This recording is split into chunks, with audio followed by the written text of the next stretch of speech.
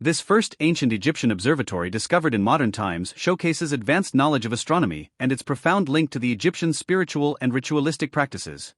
Archaeologists have identified the first ancient Egyptian astronomical observatory on record, which they say is the first and largest of its kind, according to a translated statement from the country's Ministry of Tourism and Antiquities.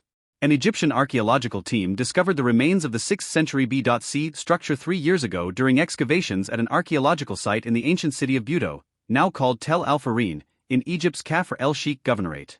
Everything we found shattered our expectations, Hossam Ghanem, Director General of Kafr el-Sheikh Antiquities and head of the Egyptian Archaeological Mission, told Live Science. The team uncovered the ruins of an L-shaped mud brick building spanning over 9,150 square feet, 850 square meters.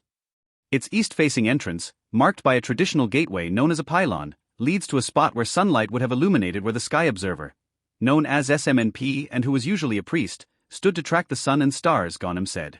The structure still has a carving of SMNP facing the rising sun. This figure symbolizes the ancient Egyptians' connection to the cosmos, Ghanem said. At first, the team thought they had discovered a temple.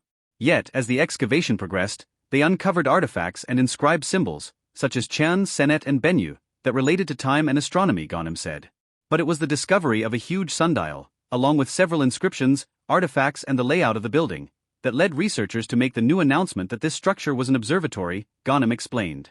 Along the hall's northern side, we discovered a slanted stone sundial, a sun shadow clock that used the shifting angles of the sun's shadows to determine sunrise, noon and sunset. A simple yet profound method, said Ghanem, who noted that initially, archaeologists thought the clock was a temple gate.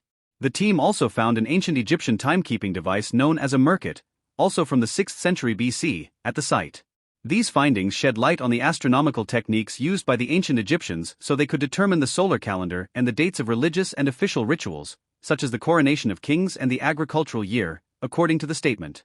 Inside the hall, the archaeologists found an inscribed stone depicting astronomical views of sunrise and sunset across 3 seasons. The ancient Egyptians envisioned the earth and sky as 2 mats, Ghanem said. They mapped the sky on the Met HRT, the sky mat, and the Met GHRT or earth mat, represented their calendar, marking events like the Nile flood and harvest. This is the first inscribed stone mat of its kind ever discovered. These findings, as well as other inscriptions, add to evidence the Egyptians' deep understanding of seasonal changes and variations in day length. The archaeologists also found a triad of pillars at the hall's entrance, an unusual placement because the typical structure of ancient Egyptian monuments feature pillars at the end of the hall. This unusual placement of pillars suggests that it is not a temple, as previously thought. We theorize that these pillars might represent the ancient Egyptians' tripartite division of time into seasons, months and weeks, Ghanem said. Unlike traditional monuments, which typically have a single pylon, the observatory had 2 pylons facing each other, framing the circular observatory spot and symbolizing Ake, or the horizon where the sun rises. Facing this Ake was a limestone watchtower that was likely once paired with another and used to observe constellations, Ghanem said. The excavation also uncovered a statue of the falcon-headed god Horus. The depiction of Horus, along with an eye of Horus, embodies the systems of the universe and is linked to the sun, the moon, the god Horus, and the goddess Wadjet, the most important gods of Buto, according to the statement. In ancient times, Buto was dedicated to the goddess Wadjet, a serpent goddess known to be protective of the king.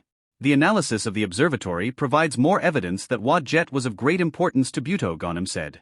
Inside the observatory, archaeologists found a gray granite statue of King Psamtik I from the Sate era, the 26th dynasty, and a bronze figure of Osiris, a god associated with the underworld and resurrection, with a serpent, referring to the goddess Wadjet.